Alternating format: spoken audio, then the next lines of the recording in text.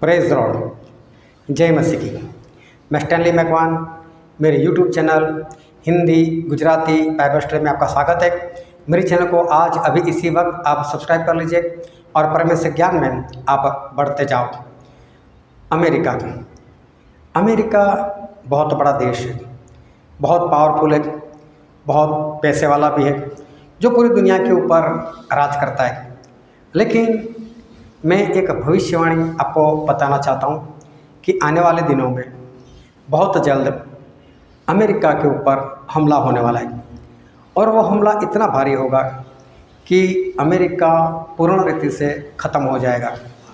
सिर्फ 1 घंटे के अंदर उसको पूरा जला दिया जाएगा।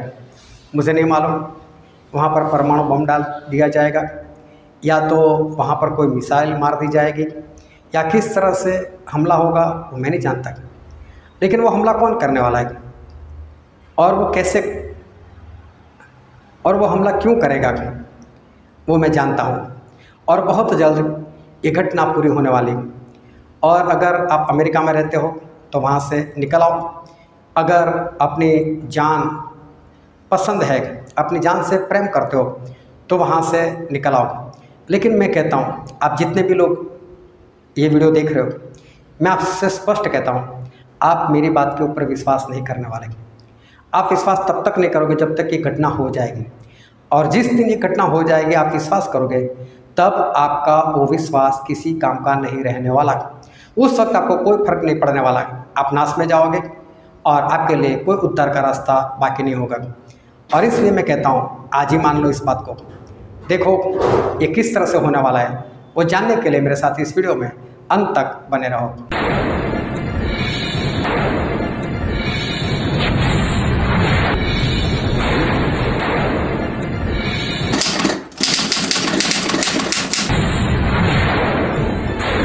हाँ, परमेश्वर के वचन की ओर चले और बाइबल से उत्पत्ति का पुस्तक उसका अध्याय 3 और पहले वचन से लेकर 8 वचन तक। यहोवा परमेश्वर ने जितने बनेले पशु बनाए थे उन सब में सर्प धूर्त था। और उसने स्त्री से कहा, क्या सच है कि परमेश्वर ने कहा कि तुम इस वाटिका के किसी वृक्ष का फल न खाना? स्त्री ने सर्प से कहा, इस वाटिका के वृक्षों के फल हम खा सकते हैं, पर जो वृक्ष वाटिका के बीच में है उसके फल के विषय में परमेश्वर ने कहा है कि न तो तुम उसको खाना और न उसको छूना, नहीं तो मर जाओगे। तब सर्प ने स्त्री से कहा, तुम निश्चय न मरोगे, वरन परमेश्वर आप जानता है कि जिस दिन तुम उसका फल खाओगे उसी दिन तुम्हारी आंखें खुल जाएगी और तुम भले बुरे का ज्ञान पाकर परमेश्वर के तुल्य हो जाओगे। सो जब स्त्री ने देखा कि उस वृक्ष का फल खाने में अच्छा और देखने में मन भाव और बुद्धि देने के लिए चाहने योग्य भी है, तब उसने उसे तोड़कर खाया और अपने पति को भी दिया और उसने भी खाया। तब उन दोनों की आंखें खुल गई और उनको मालूम हुआ कि वे नंगे हैं। सो उन्होंने अंजीर के पत्ते जोड़ जोड़कर लंगोट बना लिए। तब यहोवा परमेश्वर जो दिन के ठंडे समय वाटिका में फिरता था, उसका शब्द उनको सुनाई दिया। तब आदम और उसकी पत्नी वाटिका के वृक्षों के बीच यहोवा परमेश्वर से छिप गए। ये परमेश्वर पिता का वचन है जो सच्चा है, हमारे लिए आशीषित है। और परमेश्वर का वचन कहता है कि यदि तुम सच्चाई को जानोगे तो सच्चाई तुम्हें आज़ाद करेगी। बहुत ध्यान से परमेश्वर के वचन को सुनना, क्योंकि आज परमेश्वर एक अलग रीति से हमसे बात करने वाले। और आज जो लोग यहाँ पर नहीं पहुँच पाए, सही में आज उनके लिए बहुत ही श्रापित दिन है, क्योंकि आज का जो मैसेज है वो समझ लो आपके लिए आखिरी मैसेज है। ये बात समझकर इसको ध्यान से सुनना कि परमेश्वर आज हमसे क्या बात करने के लिए जा रहे। जब मैं नया मसीह में आया था और मसीह में आने के बाद लोगों से वचन सुनता था, बाइबल भी पढ़ता था, संगति में भी जाता था, और उस वक्त सुनने को मिलता था कि परमेश्वर का आना निकट है, परमेश्वर का आना पास में है। मैं भी सुनता था और मैं भी वही मानता था कि हाँ, परमेश्वर का आना निकट है, लेकिन अभी तो बरसों लग जाएंगे, पीढ़ियाँ चली जाएगी, लेकिन अभी प्रभु यीशु नहीं आ सकते। जो और लोग मानते हैं वही मैं भी मानता था। और उस वक्त मुझे एक नई बात परमेश्वर ने बताई, और परमेश्वर ने नई बात बताई। वो बात यह थी कि इब्रानी में मैंने पढ़ा उसका 4:9 में कि परमेश्वर बोलते हैं कि परमेश्वर के लोगों के लिए सब्बत का दिन, 7वां दिन अभी बाकी है, अभी नहीं आया। जब ये मैंने पढ़ा सुना तो परमेश्वर की आत्मा ने मुझसे बात की, क्योंकि मैंने ऐसा सुना था कि आदम से लेकर आज तक 6000 साल होने को आए। और मुझे पतरस का वो वचन याद आ गया, दूसरा पतरस 3:8 में लिखा है कि हमारे 1000 साल तो परमेश्वर का एक दिन। तो अगर 6000 साल होने को आए तो मतलब परमेश्वर का 6 दिन, 7वां दिन तो अभी आया नहीं, और 7वां दिन मतलब 1000 साल, और 1000 साल मतलब परमेश्वर का राज। तो एक के बाद ये सारी कड़ी जुड़ने लगी, जैसे मेरे दिमाग से, मेरे दिल से कोई बात कर रहा है, और मैं उस बात का अनुभव कर रहा हूँ कि परमेश्वर मुझे कुछ बता रहे। और परमेश्वर ने बताया कि 6 दिन पूरे होने को आए, और 7वां दिन विश्राम का दिन, सब्बत का दिन, मतलब मेरे आने का दिन। और मेरी आंखें खुल गई, मैं इतना आनंदित हो गया। और एक पास्टर जिसके वहाँ हम जाते थे, मैं दौड़कर वहाँ पर भागा, बोला मुझे कुछ मिला, मैं आपको कुछ बताना चाहता हूँ। बोले क्या? मैंने बोला आदम से लेकर आज तक 6000 साल हुए ना? बोले हाँ 6000 साल हुए। मैंने बोला फिर तो परमेश्वर के 6 दिन हुए, और 7वां दिन सब्बत का दिन, मतलब परमेश्वर आने वाले, बहुत जल्दी आने वाले, ये 6000 तो बहुत जल्द ख़त्म हो जाएंगे। और उस वक्त पहली बार मुझे पता चला कि परमेश्वर का आना सही में बहुत पास में है। बरसों नहीं बीतने वाले, पीढ़ियाँ नहीं जाएगी, और सही में परमेश्वर ने इस तरह से बात करना शुरू किया। नया था, अभी तो बाइबल पढ़ रहे थे, दौड़ भाग कर रहे थे, और तभी एंटी क्राइस्ट की बात सुनने में आई। और कभी एंटी क्राइस्ट ये बात ही नहीं सुनी थी, ये शब्द ही नहीं सुना था। मसीह का विरोधी ऐसा कभी सुना नहीं था, कभी इसके बारे में कोई स्टडी नहीं की थी, ऐसा पता भी नहीं था कि बाइबल में ऐसा कुछ लिखा भी है कि एंटी क्राइस्ट होता है, मसीह का विरोधी कोई है, इसके बारे में कुछ पता ही नहीं था। लेकिन पहली बार ये शब्द सुना, मसीह का विरोधी आने वाला है, एंटी क्राइस्ट आने वाला है।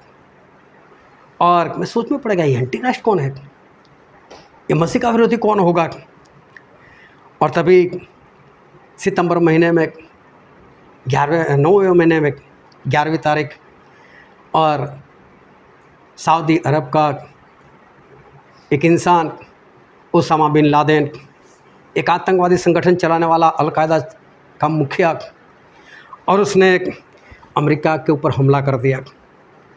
और अमेरिका के ऊपर हमला कर कर अमेरिका के जो ट्विन टावर्स थे, वर्ल्ड ट्रेड सेंटर, दोनों को फूंक दिया। और ये बात न्यूज़ में आई। जब ये बात न्यूज़ में आई और परमेश्वर ने मुझे बताया यही है एंटी क्राइस्ट, यही है मसीह का विरोधी, इससे होगा ये मसीह का विरोधी, परमेश्वर ने बताया। तो मुझे कोई डाउट नहीं था, लेकिन वचन कहाँ मालूम थे, मैं वचन कहाँ जानता था कि मसीह के विरोधी के बारे में क्या लिखा है। सिर्फ सुना, और तभी एक घटना हो गई, और एक घटना हो गई तो परमेश्वर ने बता दिया कि ये मसीह का विरोधी। लेकिन मसीह का विरोधी किस तरह से है, और बाइबल से उसका क्या रिश्ता, बाइबल में उसके बारे में क्या लिखा है, कुछ मालूम नहीं। लेकिन मैं भी बढ़ता गया, और वक्त जो है वो भी चलता गया। न्यूज़ आते रहते थे कि अमेरिका वाले इस उसामा बिन लादेन को ढूंढ रहे, और कभी अफ़गानिस्तान में ढूंढ रहे, कभी पाकिस्तान में ढूंढ रहे, कभी सऊदी अरब में ढूंढ रहे, क्योंकि एक इंसान, और अमेरिका जैसे बड़े शहर के ऊपर, देश के ऊपर एक इंसान ने हमला कर दिया, पूरा देश नहीं सोच सकता, और एक इंसान ने ऐसा कर दिया। उनकी इज्जत खराब बनी थी, और इसलिए ढूंढ रहे थे। और ये उसामा बिन लादेन कहीं पर भी नज़र नहीं आ रहा था। ये लोग कभी इधर कभी उधर, कभी बमबारी कभी मिसाइल, लेकिन न्यूज़ आते रहते थे, लेकिन वो हाथ में नहीं आता था। पूरा देश की आर्मी उसके पीछे पड़ी थी। उसके ऊपर इनाम भी जाहिर कर दिया, अगर कोई इसको लेकर आए, जिंदा या मुर्दा मालूम नहीं, कितने डॉलर का उन लोगों ने उसके सर के ऊपर इनाम रखा था। और फिर मैं प्रकाशित वाक्य पढ़ रहा था। मैंने प्रकाशित वाक्य के बारे में कई बार मैंने गवाही दी कि जब मैंने पहली बार पढ़ा मुझे कुछ नहीं पता चला था, दूसरी बार पढ़ा तो भी कुछ पता नहीं चला था, जब तीसरी बार पढ़ा तो परमेश्वर ने प्रकाशित वाक्य उसका 12वां जो अध्याय है उसके बारे में मुझे कुछ बताया था। लेकिन मसीह का विरोधी जो है उसका तो 13वें अध्याय में लिखा हुआ है, और उस वक्त मुझे नहीं मिला था ये क्या है। लेकिन फिर से एक बार पढ़ते पढ़ते जब ये प्रकाशित वाक्य उसका 13वां अध्याय उसका 2 वचन में पढ़ रहा था, और हम भी पढ़ेंगे प्रकाशित वाक्य उसका 13वां अध्याय वचन 2। और जो पशु मैंने देखा वह चित्ते के नहीं था, और उसके पाँव भालू के से और मुंह सिंह का सा था, और उस अजगर ने अपनी सामर्थ और अपना सिंहासन और बड़ा अधिकार उसे दे दिया। अभी ये पढ़ा तो ये पशु तो समझ में नहीं आता था पशु है क्या, और ऐसा कैसा पशु है जिसका मुंह सिंह के समान, दिखने में चित्ते के समान, उसके पैर भालू के समान, ये सब क्या परमेश्वर लिख रहे। लेकिन तभी पता चला कि पशु जो है वो नाम तो मसीह के विरोधी को दिया है, और मुझे पता चला ये मसीह के विरोधी के बारे में लिखा है। तो मसीह का विरोधी ऐसा कैसा है? तो परमेश्वर जैसे सिखाते गए, और यहाँ पर लिखा है कि वो चित्ते के समान है, और चित्ते का समान तो बाइबल में से ही पता चला। हम एक वचन पढ़ते हबक्कुक उसका 1 अध्याय और वचन 8। उसके घोड़े चित्तों से भी अधिक वेग चलने वाले हैं, और सांझ को आहर करने वाले हुंडारों से भी अधिक क्रूर है। उनके सवार दूर दूर कुत्ते फांदते आते हैं, हाँ वे दूर से चले आते हैं, और आहर पर झपटने वाले उकाब की नाई झपट्टा मारते हैं। यहाँ पर लिखा है कि चित्ता जो है वो सबसे तेज भागने वाला एक पशु है, सबसे तेज, और वो अपने शिकार को इस तरह से पकड़ लेता है कि शिकार उसके हाथ से जाता नहीं, ये पेड़ पर भी चढ़ जाता है, वहाँ से भी अपने शिकार को पकड़ कर लेकर आएगा। इस तरह से छुपा रहता है कि सिंह और टाइगर जिसको बोलते हैं ये इसके सामने कुछ भी नहीं। ऐसी सावधानी से फुर्ती से ये अपने शिकार को मार देता है। और मसीह के विरोधी के बारे में ऐसा ही लिखा है, वो चित्ते के समान है। और फिर मैं वो सोचता रहा, अरे उसामा बिन लादेन ऐसा ही है, उसने कैसा वार कर दिया अमेरिका के ऊपर, कैसे दिन उसने तय किया, किस तरह से उसने प्लेनों को पसंद किया, किस तरह से उसने लोगों को वहाँ पर भेजा, किस तरह से उसने घावा बोल दिया, और देखो सफल हो गया वो अपने हमले में। तो मैं सोचता हाँ सही में वही एंटी क्राइस्ट है, परमेश्वर ने बताया, सही बताया, सही में वो चित्ते के समान है। फिर नीति वचन में लिखा है उसका 28वां अध्याय उसका 15 वचन, कंगाल प्रजा पर प्रभुता करने वाला दुष्ट गरजने वाले सिंह और भटकने वाले रीछ के समान है। भटकने वाला रीछ, ये जो पशु है उसके पैर कैसे, भालू कैसे, रीछ के समान। मतलब एंटी क्राइस्ट के पैर कैसे है, भालू के समान। और भालू कैसा है, बाइबल में लिखा है भटकने वाला। मतलब हाँ परमेश्वर बिल्कुल सही है। ये तो कभी पाकिस्तान में दिखाई देता है, ये तो कभी सऊदी अरब में दिखाई देता है, कभी ये तो अफगान चला जाता है, कहाँ कहाँ भटकता रहता है। और अमेरिका के जैसे एक देश के हाथ में नहीं आ रहा है, सही में भटकता रहता है, किसी को नहीं पता चलता कब कहाँ निकलेगा। और मैं देखता गया कि सही में ये एंटी क्राइस्ट सारी बातें बाइबल के अनुसार उसके जीवन में पूरी हो रही है। फिर आगे लिखा है 1 पतरस उसका 5वां अध्याय और वचन 8, सचेत हो और जागते रहो, क्योंकि तुम्हारा विरोधी शैतान गरजने वाले सिंह की नाई इस खोज में रहता है कि किसको निगल खाए। हाँ किसको निगल जाए। शैतान वो गरजने वाले उस सिंह के समान है। लेकिन प्रकाशित वाक्य 13:2 में तो एंटी क्राइस्ट के बारे में लिखा है कि उसका मुंह सिंह के समान था। मैं देखा सही में ऐसा ही है। ये ओसामा बिन लादेन वैसा ही है, कितने लोगों को उसने अचानक से मार दिया, ना कोई पश्चाताप करने का मौका मिला। और देखो अमेरिका में तकरीबन 3000 लोग उस वक्त मर गए थे उसके हमले में। बोला हाँ सही में ये गर्जने वाले सिंह किस तरह वो किसी को चबा कर नहीं खाता, निगल जाता है, सही में ऐसा ही है। सही में ये एंटी क्राइस्ट और सिंह के जैसा है। पूरा अमेरिका उसकी आर्मी लगा दी, फिर भी वो इसके पास नहीं पहुंच पाता था। और ये सारे वचन पहले कहाँ पता था, ये वचन बाद में मेरे पास आए। और फिर बाइबल में लिखा है, हम पढ़ते हैं प्रकाशित वाक्य उसका अध्याय 17 और वचन 1, 2, 3। और जिन 7 स्वर्गदूतों के पास वे 7 कटोरे थे, उनमें से एक ने आकर मुझसे यह कहा कि इधर आ, मैं तुझे उस बड़ी वेश्या का दंड दिखाऊंगा जो बहुत से पनियों पर बैठी है, जिसके साथ पृथ्वी के राजाओं ने व्यभिचार किया, और पृथ्वी के रहने वाले उसके व्यभिचार के दाखरस से मत वाले हो गए थे। तब वह मुझे आत्मा में जंगल को ले गया, और मैंने किरमजी रंग के पशु पर, जो निंदा के नामों से भरा हुआ था और जिसके 7 सिर और 10 सींग थे, एक स्त्री को बैठे हुए देखा। यहाँ पर लिखा है जो पशु है वो तो वही मसीह का विरोधी है, एंटी क्राइस्ट है, ओसामा बिन लादेन वही एक। और उसके ऊपर बोले एक स्त्री बैठी हुई है। अभी देखो आप किसी के ऊपर बैठ जाओ, इसका मतलब क्या हो कि वो आपके वश में है। और यहाँ पर लिखा है कि वो स्त्री उस पशु के ऊपर बैठी हुई थी। और उस स्त्री जिसको बाइबल में वेश्या कहा गया है, लेकिन उसका 18 वचन पढ़ो तो। वह स्त्री जिसे तूने देखा है वह तो बड़ा नगर है, जो पृथ्वी के राजाओं पर राज्य करता है। यहाँ पर तो लिखा है कि वो स्त्री, वो वेश्या, वो कोई स्त्री नहीं है, तो सिंबॉलिक लैंग्वेज है। वो तो एक बड़ा शहर है, बड़ा देश है, जो पूरी धरती के ऊपर राज करता है। और धरती पर राज करने वाला कौन है? वही अमेरिका।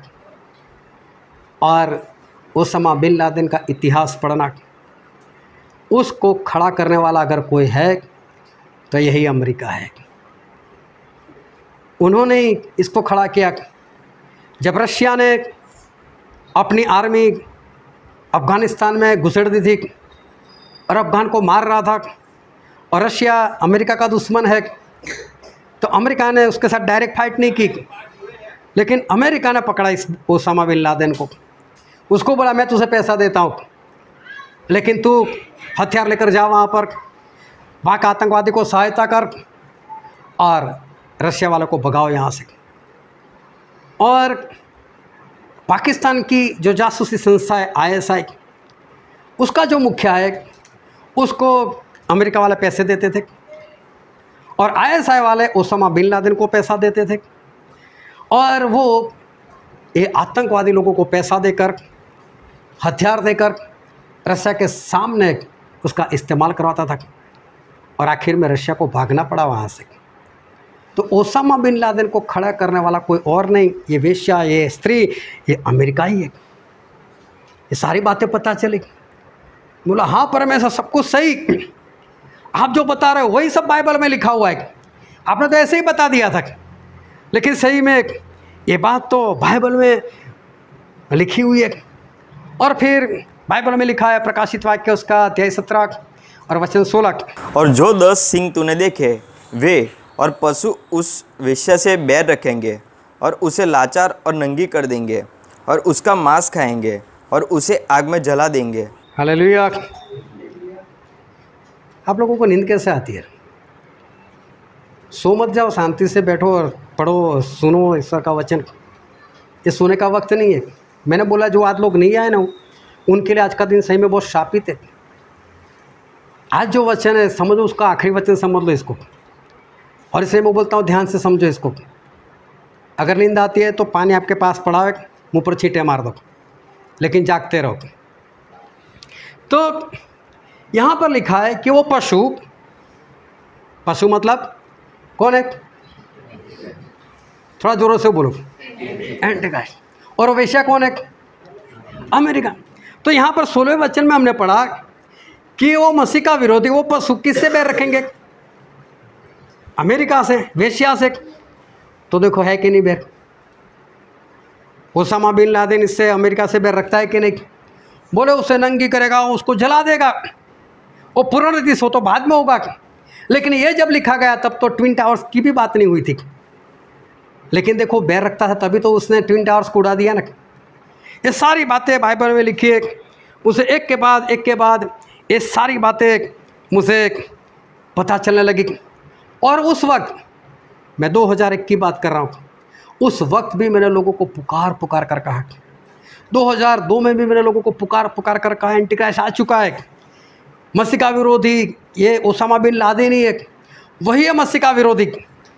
लेकिन अफसोस की बात, लोगों ने मेरा ठट्ठा किया, हंसी उड़ाई, बोले आजकल का आया और मसीह के विरोधी का नाम बता रहा है, ऐसे ही बातें सब जोड़ रहा है। और मैं जो बात कर रहा हूँ अन्य जाति लोगों की नहीं, विश्वासी लोगों ने मजाक किया, जो अपने आप को आत्मिक समझते ऐसे लोगों ने ठट्ठा किया। और उन लोगों ने सोचा कि ऐसे ही हवा में सब फेंक रहा है। लेकिन जब ये ट्विन टावर्स के ऊपर हमला हो गया, उसके बाद तो अमेरिका भी इसका दुश्मन हो गया। और अमेरिका को मालूम था कि अफगान में रहता है, और अमेरिका ने फिर अपनी आर्मी भेजी और अफगान को तो तकरीबन बर्बादी कर दिया। कभी हिस्ट्री पढ़कर देख लेना, अफगान की हालत ये अमेरिका वालों ने पूरी बिगाड़ कर रख दी, उसको तकरीबन बर्बादी कर दिया था। इस ओसामा बिन लादेन का नाम लेकर उसे बर्बादी कर दिया। और प्रकाशित वाक्य में लिखा है, उसका अध्याय 13 और वचन 3, और मैंने उसके सिरों में से एक पर ऐसा बाहरी घाव लगा देखा मानो वो मरने पर है। फिर उसका प्राणघातक घाव अच्छा हो गया, और सारी पृथ्वी के लोग उस पशु को देखकर अचंभित हुए। यहाँ पर लिखा है वो पशु मतलब कि ओसामा बिन लादेन, उसके 7 सर है। ये सारी सिंबॉलिक लैंग्वेज है। लेकिन 7 सर जो है वो 7 ऐसे देश बताते हैं जो भविष्य में उसकी सहायता करेंगे, या तो उसी की तरह सहायता तो करने वाले, और उसी की तरह ये भी मसीह के विरोधी लोग ही है। ये लोग भी अमेरिका से बैर ही रखते। ऐसे 7 देश और है, आप समझ सकते हो। सऊदी अरबिया को देखो, अफ़गानिस्तान को देख लो, पाकिस्तान को देख लो, सीरिया को देख लो, ईरान इराक को देख लो। ये सारे अमेरिका के विरोधी है। मैं कोई स्पष्ट नाम नहीं देना चाहता कि ये 7 कौन कौन से देश है, लेकिन ये 7 सर मतलब 7 देश है।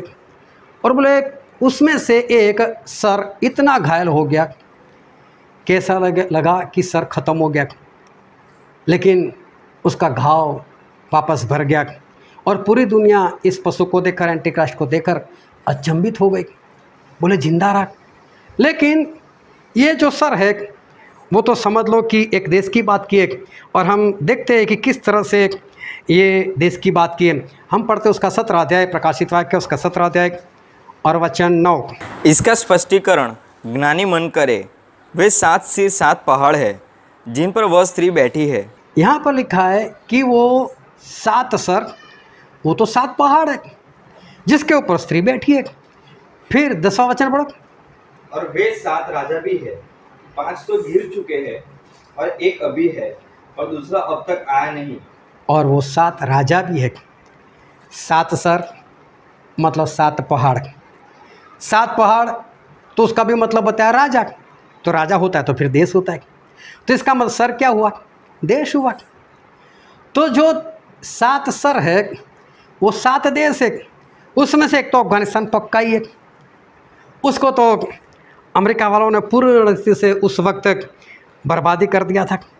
लेकिन साथ साथ में ये लिखा है कि जो पशु है उसका सर है। तो ये बात भी इतनी ही सही है कि इसको भी, ओसामा बिन लादेन को भी हमले में कुछ तो हुआ, और इतना कुछ हुआ कि लोगों को ऐसा लगेगा कि जैसे मर गया समझो। लेकिन ये बात समझ में नहीं आती थी कि परमेश्वर ये जो सर है वो क्या है, और देश है वो तो पता चल गया, लेकिन लोग इसको देखकर अचंभित होते हैं और ऐसा समझते हैं कि ये जिंदा कैसे रह गया। ये देखकर लोग अचंभित होते। तो ये बात पता नहीं चलती थी, लेकिन फिर भी मैं स्थिर था, क्योंकि परमेश्वर ने बात बता दी थी कि एंटी क्राइस्ट तो बस यही है। कई बार न्यूज़ आता था ओसामा बिन लादेन मर गया, लेकिन फिर पता चलता था कहीं और दिखा, फिर पता चलता था कि मर गया, लेकिन वो बाद में फिर दिखाई देता था। लेकिन फिर एक बार तो 2 मई और 2011 में पाकिस्तान का एक इलाका है जो अफ़गान बॉर्डर पर पड़ता है, और उस शहर का नाम है एबोटाबाद, और वहाँ पर अचानक से अमेरिका की आर्मी ने हमला कर दिया, और दूसरे दिन उन्होंने जाहिर कर दिया कि ओसामा बिन लादेन को हमने मार दिया। उसकी डेड बॉडी को हमने एक संदूक में, लोहे के संदूक में रख कर, जंजीरों से ताला लगाकर उसको हमने समुंदर में डुबो दिया, और ये न्यूज़ फैल गया। आज पूरी दुनिया मानती है कि ओसामा बिन लादेन मर गया। पूरी दुनिया यही समझती है कि ओसामा बिन लादेन वो ख़त्म हो गया। लेकिन जब ये हमला हुआ और ये बात आई, मैं बहुत खुश था। कारण क्या था? मुझे ओसामा बिन लादेन से कुछ लेना देना नहीं।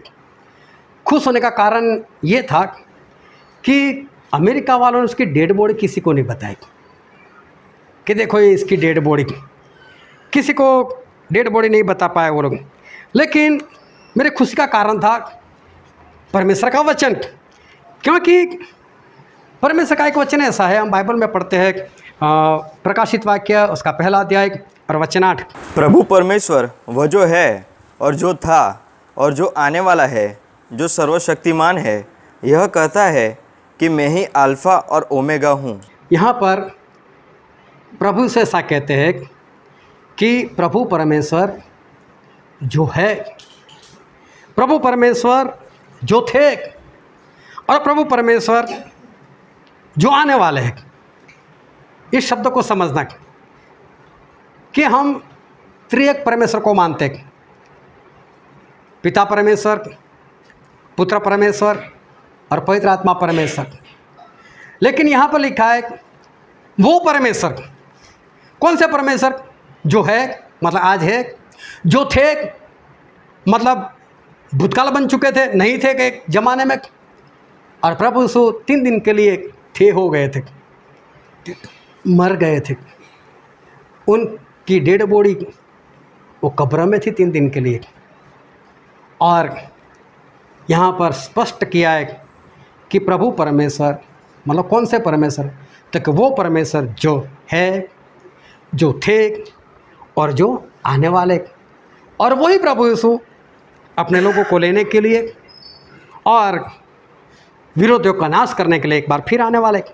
फिर आगे पढ़ते उसका 17 वचन पढ़ो तो। जब मैंने उसे देखा तो उसके पैरों पर मुर्दा सा गिर पड़ा, और उसने मुझ पर अपना दाहिना हाथ रखकर यह कहा कि मत डर, मैं प्रथम और अंतिम और जीवित हूँ। प्रभु उसने बोला यूहन्ना को दर्शन देते हुए कि यूहन्ना मत डर, मैं पहला, मैं अंतिम और मैं जीवित भी हूँ।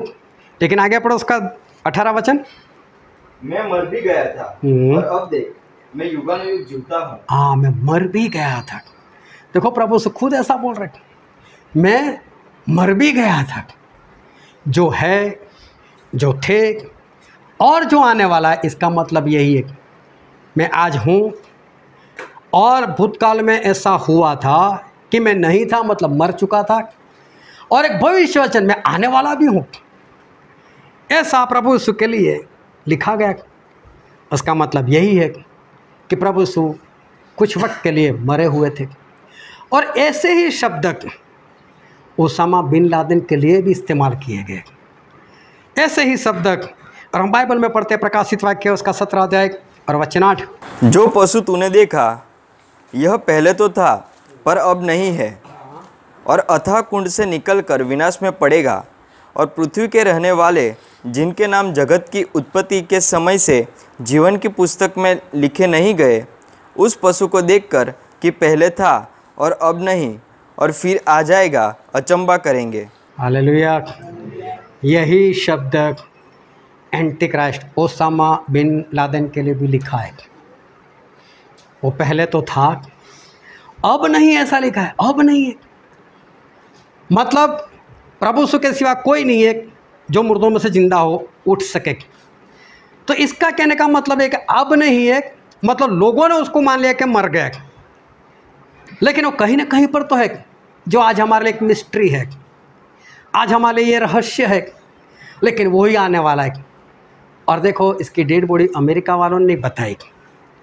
हो सकता है अमेरिका वाले यही समझते हो कि हमने उसको मार दिया, ख़त्म कर दिया बात, लेकिन कुछ तो ऐसा हुआ है कि वो लोग उसको नहीं मार सके।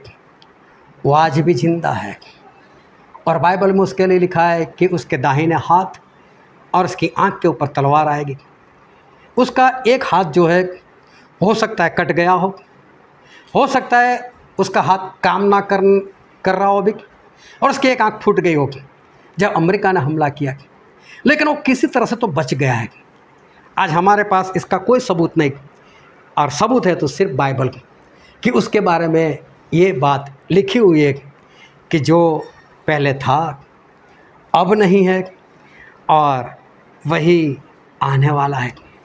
ऐसी ही बात प्रभु यीशु के लिए लिखी गई थी, और यही बात एंटी क्राइस्ट के लिए लिखी गई थी।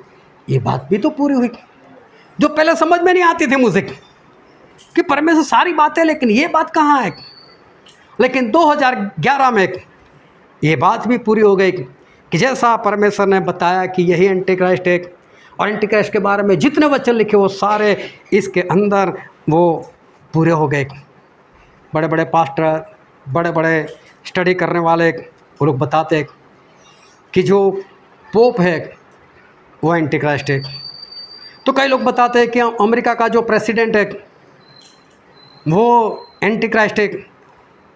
कई लोग बताते हैं यूके मतलब यूनाइटेड किंगडम मतलब कुछ देश मिले हुए हैं, और उनका जो प्रेसिडेंट है वो एंटी क्राइस्ट है। जब बुश अमेरिका का प्रेसिडेंट थे तो कई लोगों ने बोला यही एंटी क्राइस्ट है। जब ओबामा बने तो कई लोगों ने ओबामा को भी एंटी क्राइस्ट माना, और आज भी अगर आप गूगल में सर्च करो तो ये सभी लोगों के नाम आते हैं कि सारे एंटी क्राइस्ट है। लेकिन एंटी क्राइस्ट में आपको ओसामा बिन लादेन का नाम नहीं मिलेगा, क्योंकि बाइबल में लिखा है जब वो आएगा पूरे धरती के निवासी लोग आश्चर्यचकित हो जाएंगे, और ये कहाँ से आया, इसको तो मुर्दा समझते थे, इसके तो सर में चोट लगी थी, ये तो घायल हो गया था, ये तो मुर्दा समझते, ये कहाँ से आया। देखो, सारे वचन इस इंसान के बारे में पूरे होते। वचन तो मुझे बाद में पता चले, लेकिन परमेश्वर ने सारी बात मुझे पहले से बता दी। लेकिन लोग इसलिए मानते कि यूनाइटेड किंगडम का प्रेसिडेंट या पोप या अमेरिका का प्रेसिडेंट एंटी क्राइस्ट है, वो इसलिए मानते कि कई देश मिलकर इनको चुनते हैं। अमेरिका जो है वो भी यूनाइटेड स्टेट्स है, United states of America. America तो एक देश नहीं है, जिस तरह से अफ्रीका है, जिस तरह से एशिया है, उस तरह से अमेरिका है। तो उसमें एक यूएस है, उसका एक हिस्सा है। तो कई लोग ये भी मानते हैं, क्योंकि बाइबल में ऐसा लिखा है, प्रकाशित वाक्य उसका 17 अध्याय और वचन पढ़ो 10 से लेकर 13 तक। और वे 7 राजा भी है, 5 तो गिर चुके हैं, और एक अभी है, और दूसरा अब तक आया नहीं, और जब वो आएगा तो कुछ ही समय तक वो रहेगा। और जो पशु पहले था और अब नहीं, वह आप 8वां है, और उन 7 में से एक है, और विनाश में पड़ेगा। और जो 10 सिंह तूने देखे वे 10 राजा है, जिन्होंने अब तक राज्य नहीं पाया, पर उस पशु के साथ एक घड़ी भर के लिए राजाओं का सा अधिकार पाएंगे। ये सब एक मन होंगे, और वे अपनी अपनी सामर्थ और अधिकार उस पशु को देंगे। यहाँ पर लिखा है कि जो 7 देश है वो सारे एक होकर, एक मन होकर अपनी सामर्थ इस मसीह के विरुद्ध को देंगे। तो इसलिए लोग समझते हैं कि यूनाइटेड किंगडम मतलब कुछ देश मिले हुए, तो वो सारे किसी को चुनते, प्रेसिडेंट चुनते, तो वही होगा एंटी क्राइस्ट। उनका सोचना गलत नहीं है, लेकिन बाइबल की बातें सिर्फ बाइबल के परमेश्वर उनसे ही सीखी जाती है और कोई हमको नहीं सिखा सकता। तो यहाँ पर स्पष्ट लिखा है कि 7 देश मिलकर एक मन होकर अपनी आर्मी इसको देते। इसका मतलब मसीह का विरोधी वो कहीं का राजा नहीं है, वो एक आम इंसान है। और देखो ओसामा बिन लादेन वो आम इंसान ही है, वो कहीं का राजा नहीं है। फिर आगे पढ़ो उसका 17 वचन। क्योंकि वे परमेश्वर की इच्छा पूरी करे, एक विचार के हो और परमेश्वर के वचन पूरे हो, तब तक वे अपना राज्य पशु को दे, ऐसा परमेश्वर ने उनके मन में डाला है। यहाँ पर फिर लिखा है वो अपनी आर्मी, अपना सामर्थ्य वो इस पशु को मतलब मसीह के विरोधी को देख, एंटी क्राइस्ट को देख। लेकिन एंटी क्राइस्ट के पास खुद की कोई आर्मी नहीं है, उसके पास वो कहीं का राजा नहीं है, वो तो एक आम इंसान है। लेकिन 7 देश मिलकर अपना सामर्थ्य उसको देंगे। देखो कितने सारे सबूत बाइबल से, लेकिन फिर भी इतने सारे सबूतों को बताने के बाद भी बहुत लोग हैं जिन्होंने इस बात को नहीं माना। जो बात मैंने बताई उस बात को उन लोगों ने नहीं माना। मैं विश्वासी लोगों की बात कर रहा हूँ, मैं जो अपने आप को आत्मिक समझते ऐसे लोगों की बात कर रहा हूँ कि उन लोगों ने ये बात नहीं मानी।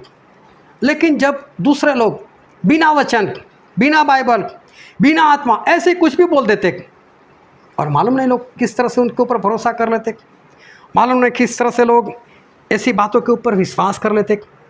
लेकिन बाइबल में एक वचन और भी लिखा है, हम पढ़ते दानियेल का पुस्तक उसका 8वां अध्याय और वचन 23।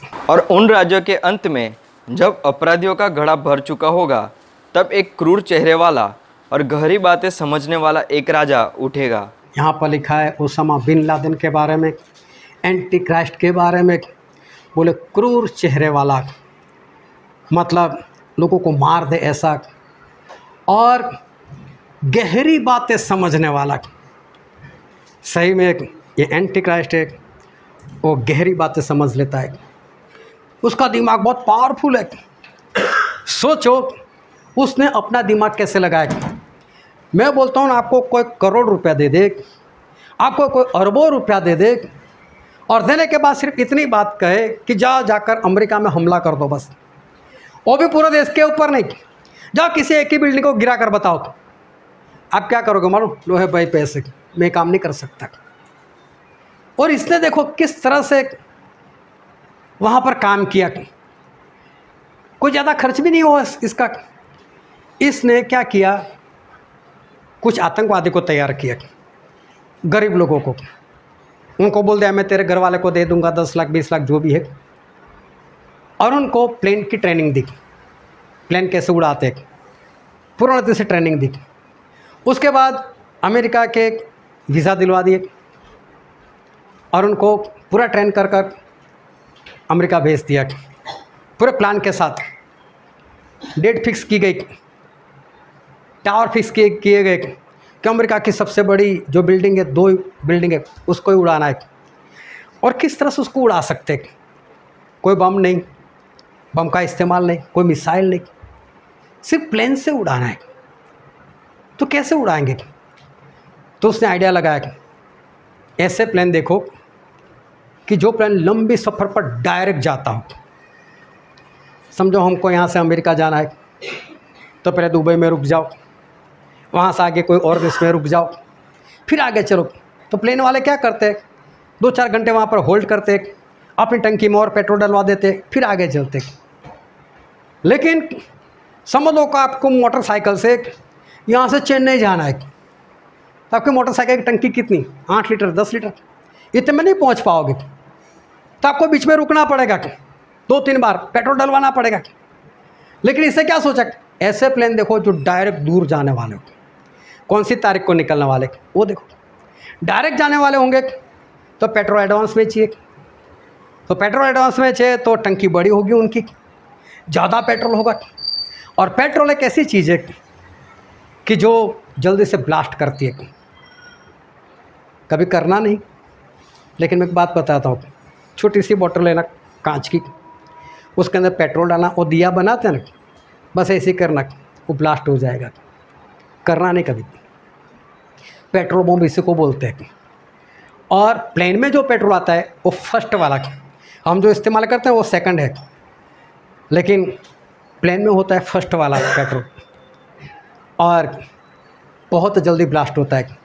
बड़ी बड़ी टंकी वाले 4 प्लेन इन लोगों ने तैयार किए, और देखो यहाँ से ट्रेनिंग लेकर ही भेजे थे, और उन लोगों ने वहाँ पर उसी वक्त प्लेन को हाईजैक किया और उस बिल्डिंग में बीच में ठोक दिया।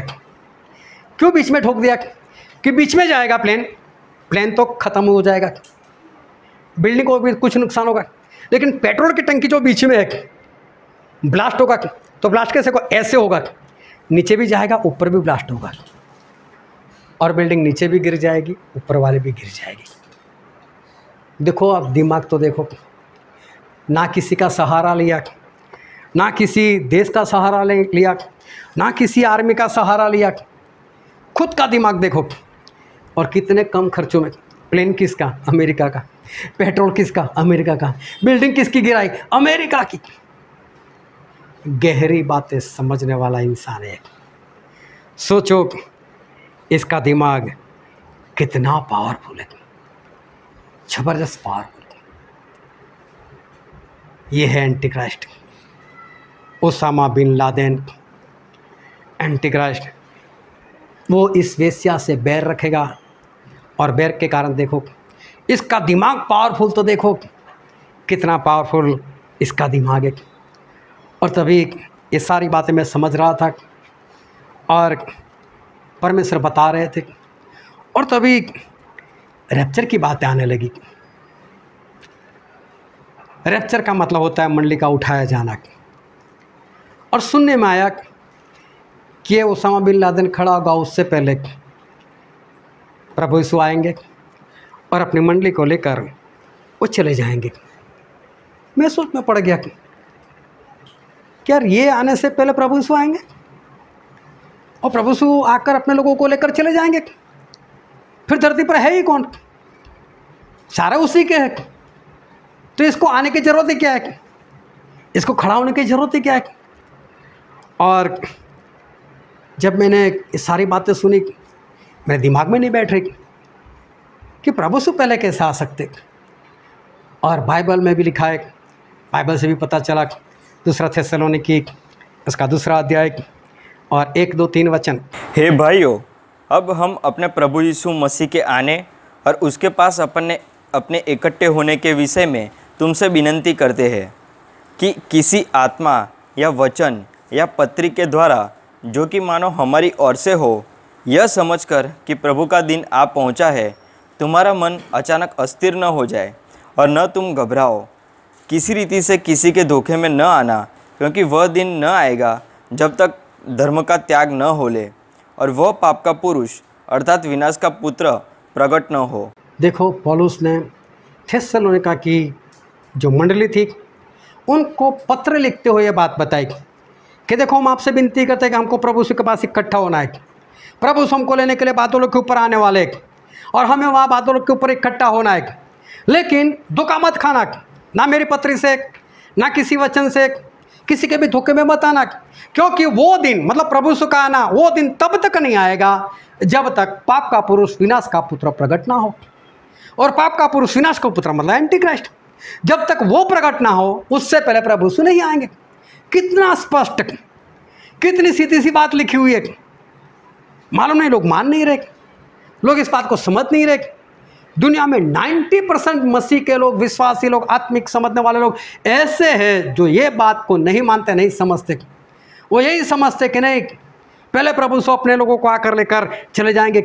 इतना ही नहीं, फिर प्रकाशित वाक्य में लिखा है उसका 13वां अध्याय और वचन 7, और उसे यह अधिकार दिया गया कि पवित्र लोगों से लड़े और उन पर जय पाए, और उसे हर एक कुल और लोग और भाषा और जाति पर अधिकार दिया गया। यहाँ पर मसीह के विरोध के बारे में लिखा गया, उसको यह अधिकार दिया गया कि पवित्र लोगों से लड़े। तो जब वो है तब पवित्र लोग है। तो पवित्र लोग कौन? वही तो मंडली है, उसके राज्य में है पवित्र लोग।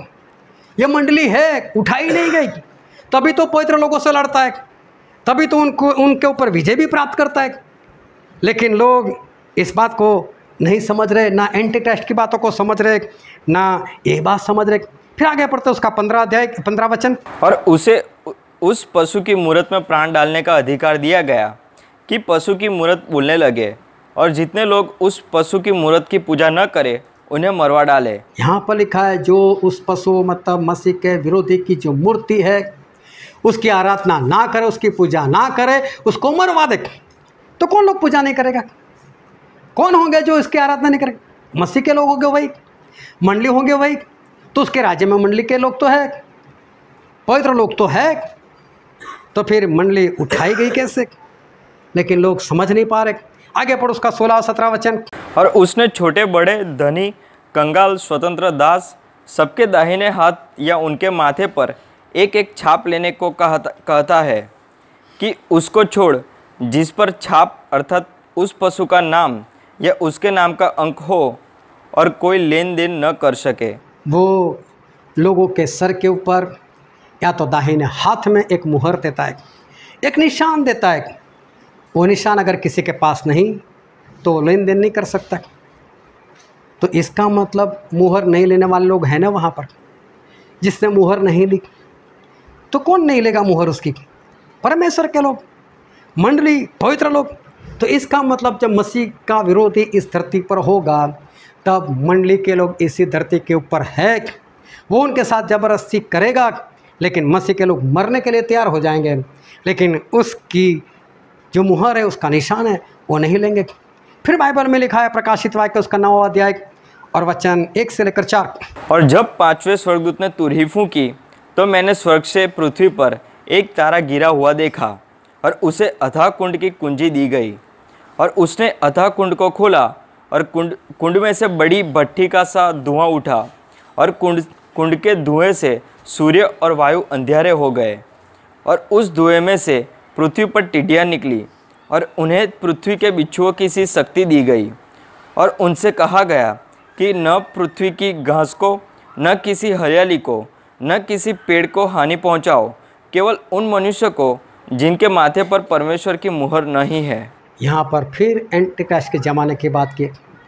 इतने दुष्ट आत्माओं को खोला गया और उनको बोला गया किसी हरियाली को कुछ भी मत करो, लेकिन अगर कुछ करना है तो ऐसे लोगों को परेशान करो जिनके सर के ऊपर परमेश्वर की मुहर नहीं है। मतलब परमेश्वर की मुहर वाले वहाँ पर हाजिर है। इसका मतलब एंटी क्राइस्ट के वक्त ऐसे लोग हैं, परमेश्वर के लोग हैं, परमेश्वर की मंडली है, उठाई नहीं गई है। और ध्यान से आज वचन को सुनना और समझना और उसके अनुसार चलना। मत्ती उसका 24वां अध्याय पढ़ लेना, और मरकुस उसका 13 अध्याय पढ़ लेना, लूका 21 पढ़ लेना। वहाँ पर जब चेलों ने प्रभु यीशु से पूछा, प्रभु यीशु आप जब आने वाले हो और धरती का अंत होने वाला है, उसके निशान क्या है? तो प्रभु यीशु ने सबसे पहले पैराग्राफ में ये बताया, अकाल होंगे, मरी फैलेंगी, मेरे नाम से लोग सताए जाएंगे, यीशु समाचार फैलाया जाएगा। ये सब कुछ उस वक्त होगा। जो अंत तक टिकेगा वो उद्धार पाएगा। फिर पैराग्राफ ख़त्म होता है, दूसरा पैराग्राफ शुरू होता है, और फिर बोला कि जब तुम उस घृणित वस्तु को जिसके बारे में दानियल भविष्यवक्ता ने कहा है, मतलब मसीह का विरोधी, जब उसको पवित्र जगह में मतलब इजराइल में खड़ा होता हुआ देखो, बोले जो पढ़ता है वो समझ ले।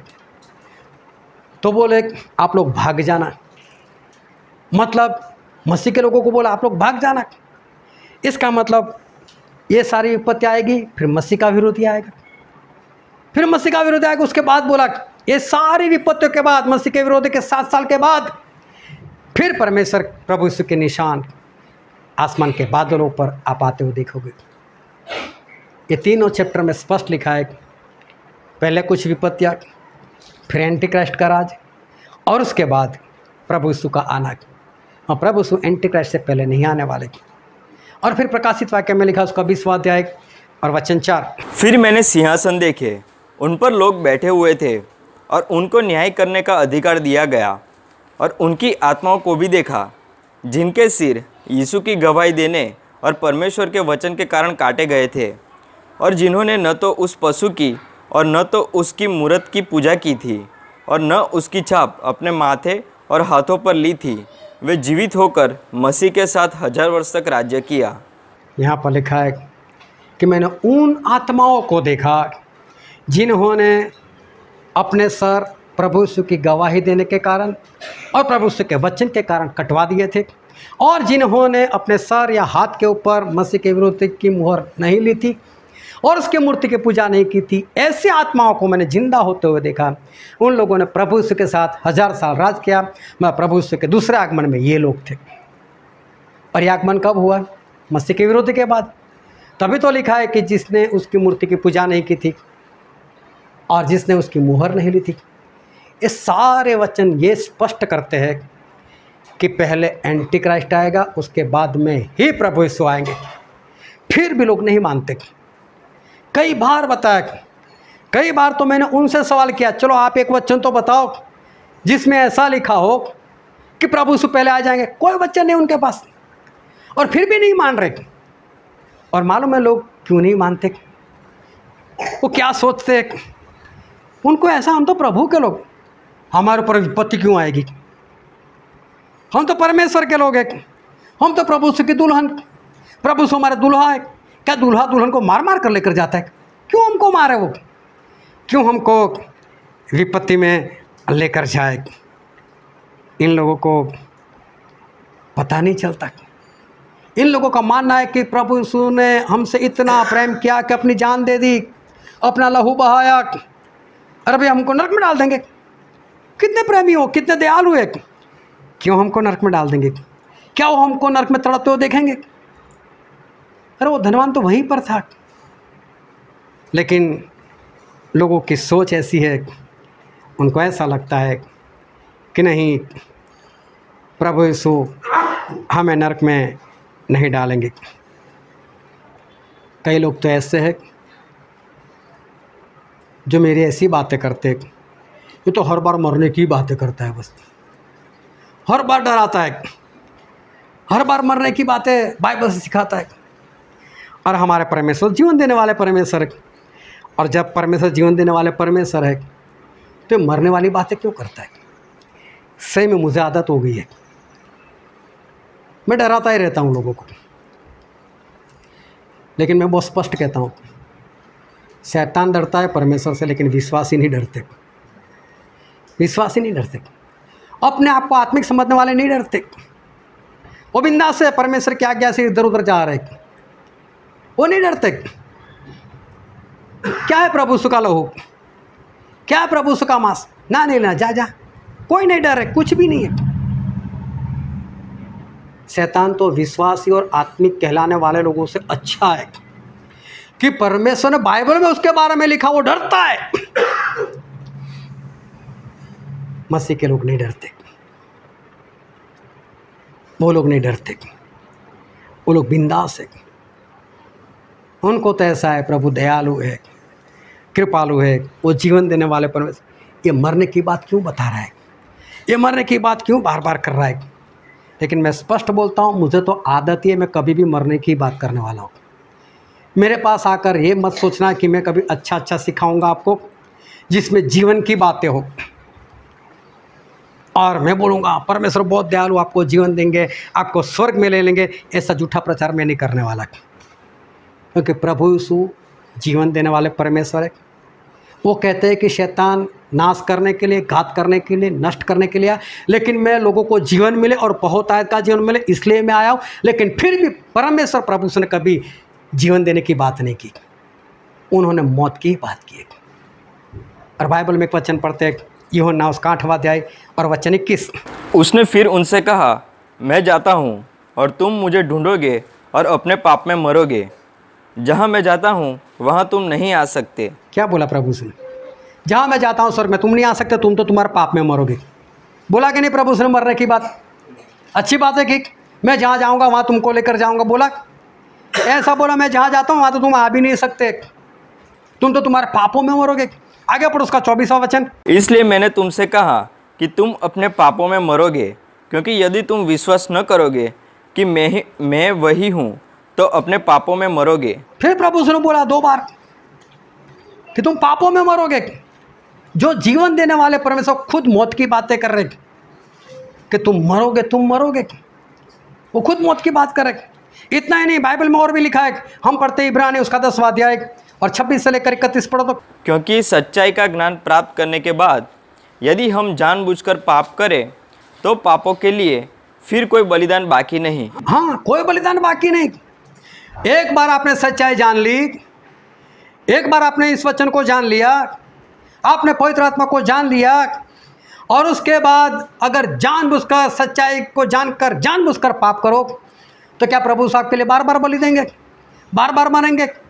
मना कर दिया, दूसरी बार कोई मौत नहीं, दूसरी बार कोई बलि आपके लिए नहीं है, आपके लिए कोई बलि नहीं। पढ़ो आगे। एक भयानक बाट जो होना और आग का ज्वलन बाकी है जो विरोधियों को भस्म कर देगा।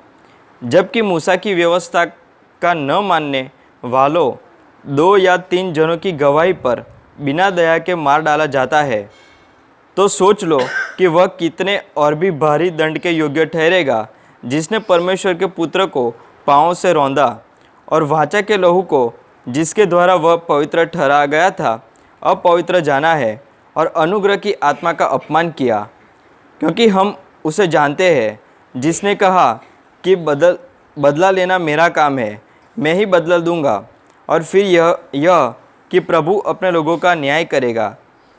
जीवते परमेश्वर के हाथों में पड़ना भयानक बात है। स्पष्ट लिखा है कि मूसा ने जो व्यवस्था दी थी, एक इंसान ने जो आज्ञा दी थी, वो जो कोई नहीं मानता था उसको पत्थर मार मार कर मार देते थे। तो प्रभु उसको बोलते, मैंने जो बोला और आप नहीं मानोगे तो क्या मैं स्वर्ग में ले लूँगा? क्या मैं आपको बचा लूँगा? क्या परमेश्वर स्पष्ट बोलते, नहीं बचाने वाला, मार दूंगा मैं उनको। जीवते परमेश्वर के हाथों में पड़ना भयानक बात है। मत पड़ो उसके हाथों में। परमेश्वर खुद मौत की बातें कर रहे, जो जीवन देने वाले परमेश्वर, लेकिन बार बार मौत की बातें कर रहे, मरोगे बोले। और फिर आगे पढ़ते इब्रानी उसका 12वां अध्याय और 29 वचन। क्योंकि हमारा परमेश्वर भस्म करने वाली आग है। हाँ, वो तो भस्म करने वाली आग है, भस्म कर देंगे आपको, वो खत्म कर देंगे। परमेश्वर खुद मौत की बात कर रहे। और फिर इब्रानी में लिखा उसका 6वां अध्याय 4 से लेकर 8 वचन पढ़ो। ने एक बार ज्योति पाई जो स्वर्गीय वरदान का स्वाद चख चुके हैं और पवित्र आत्मा के भागी हो गए हैं और परमेश्वर के उत्तम वचन का और आने वाले युग की सामर्थ्यों का स्वाद चख चुके हैं। यदि वे भटक जाए तो उन्हें मन फिराव के लिए फिर नया बनाना अनहोना है, क्योंकि वे परमेश्वर के पुत्र को अपने लिए फिर क्रूस पर चढ़ाते हैं और प्रगट में उस पर कलंक लगाते हैं। क्योंकि जो भूमि वर्षा के पानी को जो उस पर बार बार पड़ता है पी पी कर जिन लोगों के लिए वह ज्योति बोई जाती है उनके काम का साग पात उपजाती है, वह परमेश्वर से आशीष पाती है।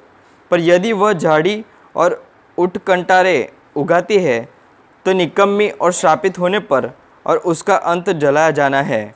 यहाँ पर बाइबल में लिखा है, परमेश्वर कहते हैं, एक बार आपने परमेश्वर के वचन को जान लिया, आपने पश्चाताप कर लिया, आपने बपतिस्मा ले लिया, पापों से क्षमा पा ली, आपने पवित्र आत्मा पा लिया, उसके बाद जानबूझकर पाप किया, परमेश्वर बोलते आप दूसरी बार पश्चाताप कर नहीं सकते। अब आपके लिए सिर्फ मौत बाकी है, आप सिर्फ मरोगे और मरोगे। बोले कि जो जमीन उसके ऊपर बार बार वर्षा गिरती है, ये वर्षा क्या है? परमेश्वर का वचन। जमीन कौन है? आप लोगों। बार बार परमेश्वर के वचन, बार बार पवित्र आत्मा की भरपूरी जो आपको छूती है, वचन आपको बार बार दिए जाते, लेकिन फिर भी अगर कांटे उगाएगी तो परमेश्वर क्या बोलते? उसके लिए तो सिर्फ एक ही बात है, उसको जला दिया जाएगा। वो उपजाऊ नहीं है, वो तो जला दिया जाएगा। ये किसी और ने नहीं, ये परमेश्वर ने लिखा है, ये बार बार लिखा है। परमेश्वर ने मौत की बात की है, बार बार लोगों को सिखाया कि तुम मरोगे, तुम मरोगे। वो चाहते नहीं, लेकिन चेतावनी तो पूर्ण रीति से देते और प्रभु बार बार मौत की बातें करते। पतरस को देखना, यूहन्ना को देखना, पौलुस को देखना, याकूब को देखना, क्या वो लोग सताए नहीं गए? क्या उनको मारा नहीं गया? और क्यों इस मसीह के लोग, अपने आप को आत्मिक समझने वाले लोग, इतने निकम्मे बनकर बैठे हुए और ऐसा मानते हैं मुझे कुछ नहीं होगा, मुझे कुछ नहीं होगा? ये सारे मार दिए जाएंगे। अगर आप सच्चाई से, आत्मा से परमेश्वर के पीछे चलोगे तो सतावट तो होगी, क्योंकि बाइबल में लिखा है 2 तिमोथी उसका 3 अध्याय और वचन 12। पर जितने मसीह यीशु में भक्ति के साथ जीवन बिताना चाहते हैं वे सब सताए ही जाएंगे। यहाँ पर स्पष्ट लिखा है सताए ही जाएंगे। जितने लोग ऐसा समझते कि बस हम उठाए जाएंगे, सतावट हमारे जीवन में नहीं है, रैप्चर हमारा हो जाएगा, ये सारे जिस वक्त सताव में पड़ेंगे ये सारे लोग नाश हो जाएंगे। क्यों? क्योंकि सताव के लिए तैयार ही नहीं। उनको तो ऐसा हम दुल्हन है, परमेश्वर दयालु है, परमेश्वर हमें कुछ नहीं करने वाले, हमें कुछ नहीं होने देंगे। लेकिन ध्यान से समझना कि सतावट तो है ही है और हमें एंटी क्राइस्ट के राज्य से ही गुजर कर हमें उस पार जाना है। एंटी क्राइस्ट कौन है? उस सारे वचनों से आज परमेश्वर ने आपको बताया है और परमेश्वर ने कहा है चाहे वो जीवन देने वाले हैं लेकिन मौत की बातें करते हैं। और व्यवस्था विवरण में लिखा है उसका 30वां अध्याय और 17 और 18 वचन। परंतु यदि तेरा मन भटक जाए और तू न सुने और भटक कर पराये देवताओं को दंडवत करे और उनकी उपासना करने लगे तो मैं तुम्हें आज यह चेतावनी देता हूँ कि तुम निस्संदेह नष्ट हो जाओगे। और जिस देश का अधिकारी होने के लिए तू यर्दन पार जा रहा है उस देश में तुम बहुत दिनों के लिए रहने न पाओगे। परमेश्वर चेतावनी देते, वो मौत की बातें करते उसमें चेतावनी है। वो चाहते नहीं कि मर जाओ, वो चाहते नहीं नरक में जाओ, लेकिन उनके वचन में चेतावनी है अगर तुम मेरी आज्ञाओं के अनुसार नहीं चले तो परमेश्वर बोलता आप बहुत दिन नहीं काटोगे, आप मरोगे। ये मत समझना कि पुराने नियम में परमेश्वर ऐसा बोलते थे और नए नियम में भी यही बोलते हैं। और गलाती में लिखा है उसका 5वां अध्याय 19 से 21। शरीर के काम तो प्रकट है, अर्थात व्यभिचार, गंदे काम, लुचपन, मूर्ति पूजा, टोना, बैर, झगड़ा, ईर्ष्या, क्रोध, विरोध, फुट, विधर्म, डाह, मतवालापन, लीला क्रीड़ा और इनके जैसा और काम है। इनके विषय में मैं तुमको चेतावनी देता हूँ, जैसा पहले चेतावनी दी भी चुका हूँ कि ऐसे ऐसे काम करने वाले परमेश्वर के राज्य के वारिस न होंगे।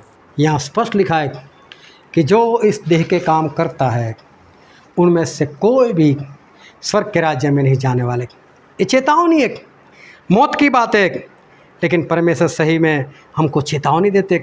मरने की बात करते हैं लेकिन चेतावनी है। फिर प्रकाशित वाक्य में लिखा है उसका 21वां अध्याय और वचन 8। पर डरपोकों और अविश्वासियों और घिनौने और हत्यारों और व्यभिचारों और टोनहा और मूर्ति पूजकों और सब झूठों का भाग उस झील में मिलेगा जो आग और गंधक से जलती रहती है। यह दूसरी मृत्यु है। यहाँ पर लिखा है डरपोक लोग, मूर्ति पूजा करने वाले लोग, ये सारे लोग नरक में जाएंगे। परमेश्वर ने नए नियम में भी मौत की बात की है। फिर आगे पढ़ते उसका 22वां अध्याय और वचन 15। पर कुत्ते और टोन्हे और व्यभिचारी और हत्यारे और मूर्ति पूजक और हर एक झूठ का चाहने वाला और गढ़ने वाला बाहर रहेगा। यहाँ पर फिर लिखा है कि कुत्ते जैसे लोग, जादू क्रिया करने वाले लोग, झूठ को चाहने वाले लोग, वो सारे बाहर रहेंगे, मतलब आग की झील में डाल दिए जाएंगे। फिर यूहन्ना में भी लिखा है उसका 3 अध्याय और 3 वचन। यीशु ने उसको उत्तर दिया कि मैं तुझसे सच सच कहता हूँ, यदि कोई नए सिरे से न जन्मे तो परमेश्वर का राज्य नहीं देख सकता। यहाँ पर लिखा है कोई नया जन्म ना पाए तो परमेश्वर का राज्य नहीं देख सकता। स्पष्ट तो लिखा है, मौत की बात की है कि परमेश्वर का राज्य नहीं देखेगा, मतलब क्या देखेगा? नरक देखेगा वो तो। फिर आगे पढ़ो उसका 5वां वचन। यीशु ने उत्तर दिया कि मैं तुझसे सच सच कहता हूँ, जब तक कोई मनुष्य जल और आत्मा से न जन्मे तो वह परमेश्वर के राज्य में प्रवेश नहीं कर सकता। एक बार फिर लिखा है जो नया जन्म न पाए, आत्मा से और जल से जन्म न पाए, वो परमेश्वर के राज में नहीं जा सकता। परमेश्वर पुराना नियम हो या नया नियम हो, मौत की बातें वो ज़रूर करते, लेकिन लोग नहीं मान रहे। लोग वही मान रहे कि परमेश्वर दयालु है, हमें कुछ नहीं होने देंगे, हमें स्वर्ग में लेकर जाएंगे। झूठे प्रचारक भी यही प्रचार करते रहते, वो चंगाई देने के लिए आए, आशीष देने के लिए आए, आपका बैंक बैलेंस बढ़ जाएगा, आपके जेब में पैसे बढ़ जाएंगे, ये होगा वो होगा, सब अच्छा अच्छा होगा, बस बात ख़त्म। लेकिन ये नहीं समझ रहे जो बाइबल में लिखा है, जो सच्ची बात है, वो लोग नहीं मान रहे। ये मौत की बात लोग नहीं मान रहे। मालूम है क्यों?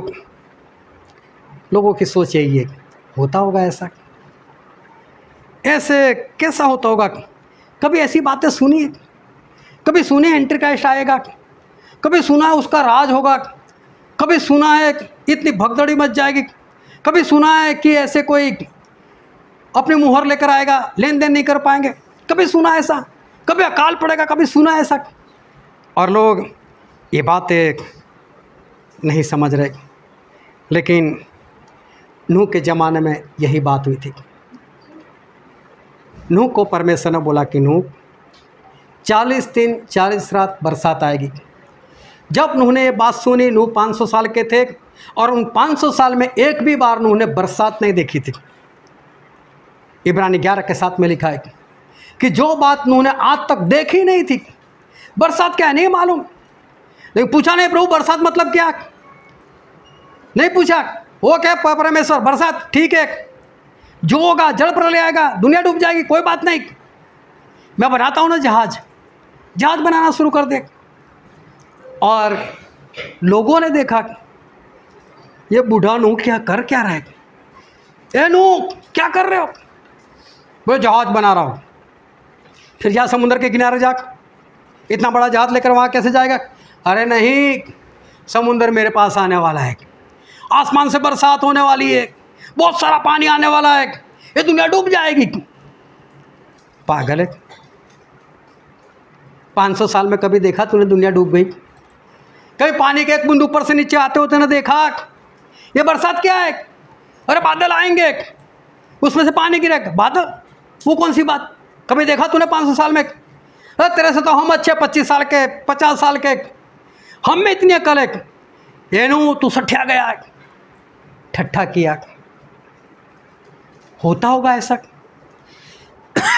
और ध्यान से समझो, बात थी भी ऐसी, कभी किसी ने नहीं देखी थी, कभी किसी ने नहीं देखी थी, लोगों ने माना भी नहीं। मैं यही बोलता हूँ, कोरोना कभी देखा था? आया था ना। लॉकडाउन कभी देखा था? आया था ना। तो और भी बीमारी आ सकती है ना, अकाल हो सकते है कि नहीं, एंटीक्राइस्ट हो सकता है कि नहीं। प्रभु उसने स्पष्ट बोला, उस दिन ऐसी विपत्ति आएगी जो सृष्टि के आरंभ से आज तक नहीं आई और ना कभी आएगी। तो घटना तो वैसी होने वाली है जो अभी तक नहीं हुई, चाहे आप उसको मानो चाहे ना मानो। लूत के वक्त यही हुआ। लूत ने अपने जमाए लोगों को बोला, भागो यहाँ से, परमेश्वर आए मेरे घर, सदोम और अमोरा का नाश करने वाले, उसको जला देने वाले, आसमान से आग आएगी। हे पागल, कभी सुना है आसमान से आग बरसते हो? देखा तूने कभी? चल भाग। यही बात आज है। जो परमेश्वर के लोग हैं ना, वो ना देखते हुए भी, ना समझते हुए भी, ना सुनते हुए मान लेते एक बार में। और जो अपने आप को विश्वासी समझते हैं, जो अपने आप को आत्मिक समझते हैं, नहीं मान रहे। और लूका में लिखा है उसका 17 अध्याय और उसका वचन 26, जैसा नूह के दिनों में हुआ था वैसा ही मनुष्य के पुत्र के दिनों में भी होगा। स्पष्ट लिखा है कि जब प्रभु यीशु आएंगे तब ऐसा ही होगा जैसे नूह के वक्त। नूह की नहीं मानी थी, आज मेरे जैसे की भी लोग नहीं मानने वाले। और ध्यान से समझना, उसमें से आप सभी हो। मैं आप सभी लोगों की बात करता हूँ और स्पष्ट बोलता हूँ, आप सभी उसमें से ही हो। नहीं मान रहे। आज जो बात नूह के ज़माने में हो रही थी आज भी हो रही है। आज भी नूह की तरह चिल्ला कर मैं भी बोल रहा हूँ, मैं भी पुकार रहा हूँ।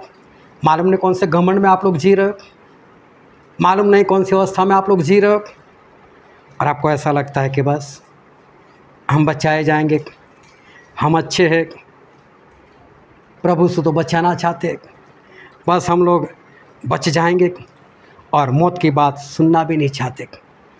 मौत की बात आप लोगों को पसंद नहीं। लेकिन लिखा हुआ आता है, जहाँ से ट्रेन गुजरती है ना, उस जगह पर लिखा हुआ आता है यहाँ पर 25,000 वॉट का करंट जाता है। तो वो लोग क्या बोलना चाहते, आओ और छू कर देखो, ऐसा क्या कहना चाहते वो लोग? भाई साहब 25,000 वॉट है, पास में भी मत आना। क्या वो लोग ऐसा चाहते 25,000 वॉट है तो इसका इस्तेमाल करो, मर जाओ आकर? तो प्रभु यीशु क्या इसलिए बोल रहे हैं कि मरोगे मरोगे कि मर जाओ? क्या मैं इसलिए चिल्ला रहा हूं कि मर जाओ? अरे चिल्लाना इसलिए कि बचाए जाओ आप लोग। लेकिन आज वही हालत है कि इंसान, मैं बार बार कहता हूं अपने आप को विश्वासी और आत्मिक समझने वाले, ना कोई विश्वासी ना कोई आत्मिक है। सारे लोग अपनी मस्ती में वो बिंदास से वो जीवन जी रहे, सारे लोग अपनी मस्ती में है। चेतावनी है परमेश्वर की, परमेश्वर के दास की चेतावनी है, जानो और बचो। पर मालूम है परमेश्वर क्या बोलते हैं, परमेश्वर का दास क्या बोलता है और शैतान क्या बोलता है। जो वचन आज हमने पढ़ा था, उत्पत्ति उसका 3 अध्याय 1 से 8, और उस सांप किसके पास आया? स्त्री के पास आया।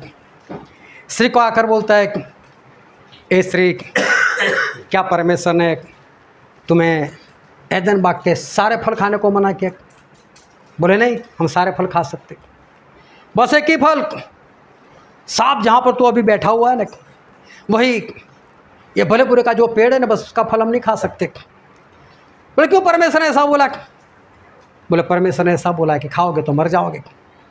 बोले नहीं नहीं नहीं मरोगे, खा लो।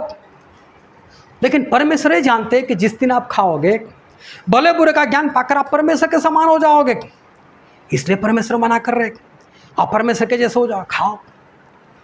और स्त्री ने अपनी निगाह उठाई उस फल के ऊपर, क्या सुंदर है, क्या अच्छा दिखता है, स्वादिष्ट है, ज्ञान मिलेगा, खा लो। जैसे ही खाया, उसको पता चल गया कि नहीं कि मौत आ गई। अब मैं अकेले नहीं मरूंगी, आदम को भी साथ लेकर मरूंगी। गलत सोचाई कि नहीं? आदम को भी खिलाया नहीं खिलाया? लेकिन परमेश्वर उनको ऐसा बोला था। एक वचन पढ़ते हैं, उत्पत्ति उसका 2 अध्याय वचन 17। पर भले या बुरे के ज्ञान का जो वृक्ष है, उसका फल तू कभी न खाना, क्योंकि जिस दिन तू उसका फल खाएगा उसी दिन अवश्य मर जाएगा। Hallelujah, hallelujah.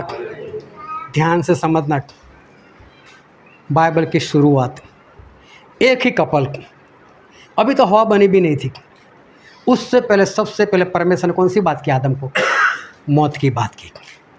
आदम ये फल खाएगा तो मरेगा। क्या बोला परमेश्वर ने आदम को?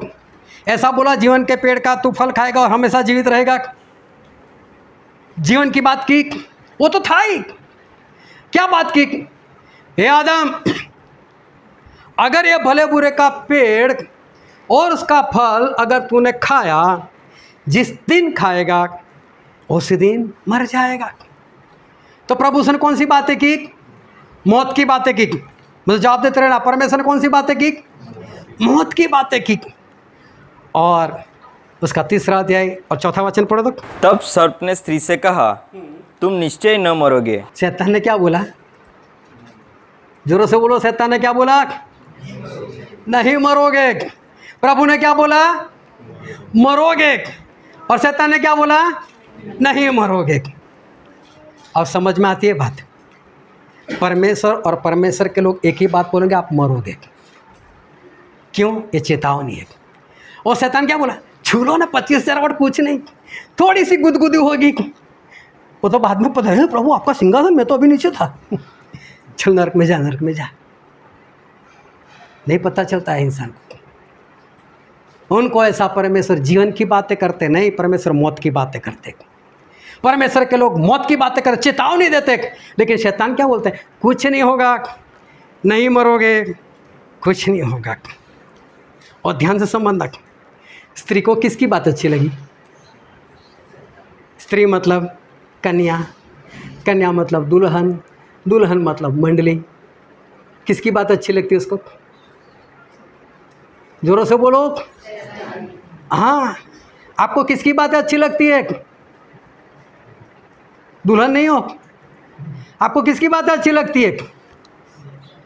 मैं स्पष्ट कहता हूँ ना, आप सभी को शैतान की बातें अच्छी लगती है। मैं भी साबित करने वाला हूँ, ऐसे मैं नहीं बोल रहा हूँ। आप सभी को शैतान की बातें अच्छी लगती है। आहब को मिकाया ने बोला, 450 और लोग थे, उन्होंने बोला जा आप लड़ने के लिए जा, तू जीतेगा, जीत कर आएगा। लेकिन परमेश्वर के दास ने क्या बोला? ए आहब, जाएगा तो मरेगा। परमेश्वर के लोग तो यही बोलेंगे, मरेगा तो। इसको जेल में डालो, मैं आकर देखता हूं इसको, दुख की रोटी खिलाओ। अरे परमेश्वर के दास को जेल की सलाखें बंद नहीं कर सकती। हालेलुया। आतंकवादी उनका गला काटे और परमेश्वर उससे पहले उसका आत्मा निकाल कर स्वर्ग में बिठा देते। परमेश्वर के दास को कुछ नहीं होने वाला। लेकिन आहब का क्या हुआ? मर गया ना, वो मर गया। झूठे लोग बोलते तुझे कुछ नहीं होने वाला, लेकिन सच्चे लोग यही पुकारते तू मरेगा, तू मरेगा। परमेश्वर ने आदम को क्यों बताया था कि तू मरेगा, खाएगा तो मरेगा? मत जाना, उस पेड़ के पास मत जाना, उसे मत खाना, है चेतावनी थी। लेकिन शैतान ने क्या बोला? नहीं मरोगे। परमेश्वर बोलते हैं मरोगे, और शैतान हमेशा बोलता है नहीं मरोगे। मैं क्यों चेतावनी देता हूँ? इसीलिए कि आप सारे लोग बचाए जाओ। Hallelujah, hallelujah. सारे जाग रहे हो कि नहीं? मैं बरसों से कह रहा हूँ एंटीक्राइस्ट खड़ा होने वाला है। आज मैंने सारे वचन से आपको स्पष्ट साबित कर दिया। ये कौन है वो भी मैंने बता दिया, कैसे होगा आने वाले दिनों में वो भी बता दिया, कैसी सतावट होगी वो भी बता दिया। मालूम है पहले वाली कलीसिया कैसे रहती थी? अपना सब कुछ बेचकर प्रेरितों के पैरों में अपने सारे पैसे रखकर एक जगह पर रहती थी। लेकिन मैं कहता हूँ आप सारे लोग लालची हो, आप अपना नहीं छोड़ना चाहते, आप लालची हो। मुझे मालूम है आज भी आप अपने घर में सुधार करना चाहते हो, आज भी नया घर खरीदना चाहते हो, मुझे मालूम है। आज भी आप लोग खर्च कर रहे हो, लालची हो आप लोग, अपने लिए सब कुछ करना चाहते हो, परमेश्वर के लिए धनी नहीं हो आप। आज भी आप एक होना नहीं चाहते, और मैं कहता हूँ पक्का मरोगे। और ये आज का मैसेज समझ लो, लास्ट है, इस बात को याद रखना। अब आपके लोगों के लिए बात समाप्त हो गई। आओ हम सभी अपने आंखों को बंद करें। यह वक्त है कि हम अपने आप को जांचें, हम अपने आप को परखें। क्या आप में लालच नहीं? इतने वर्षों से मैं पुकार रहा हूँ, क्या कभी आपने 1 रुपया एक ज़मीन खरीदने के लिए निकालने की हिम्मत की? क्या कभी आपने सोचा कि हम विश्वासी लोग एक होकर रहते हैं? लेकिन आप इतने बुरे हो कि आप लोगों ने ये सोचा वो बोलता रहता है लेकिन कुछ नहीं होने वाला, क्यों प्रभु यीशु हमको मार दे, वो तो जीवन देने वाले परमेश्वर है, क्या हम हमारे घर में होंगे तो नहीं बचाए जाएंगे? आप लोगों ने ये बातें की, आप लोगों ने ऐसी बातें सोची, लेकिन मैं कहता हूँ आज बात समाप्त है। अगर आज के बाद आपके लोगों के जीवन में सुधार नहीं आया, मैं स्पष्ट कहता हूँ मेरी आस मत रखना। अब मेरी आस मत रखना। मुझे जितना समझाना था मैंने समझा दिया, जितना बोलना था मैंने बोल दिया। अब नहीं सुधार लाओगे कभी मुझे बुलाना मत कि मेरे घर में समस्या है। आपने मौत पसंद की है, मर जाना। ये आखिरी मौका आपके लिए। बचो और अपने लोगों को बचाने वाले बनो। ये वचन समझने के लिए, ग्रहण करने के लिए, उसके अनुसार चलने के लिए प्रभु की कृपा हम सभी पर होने पाएगी।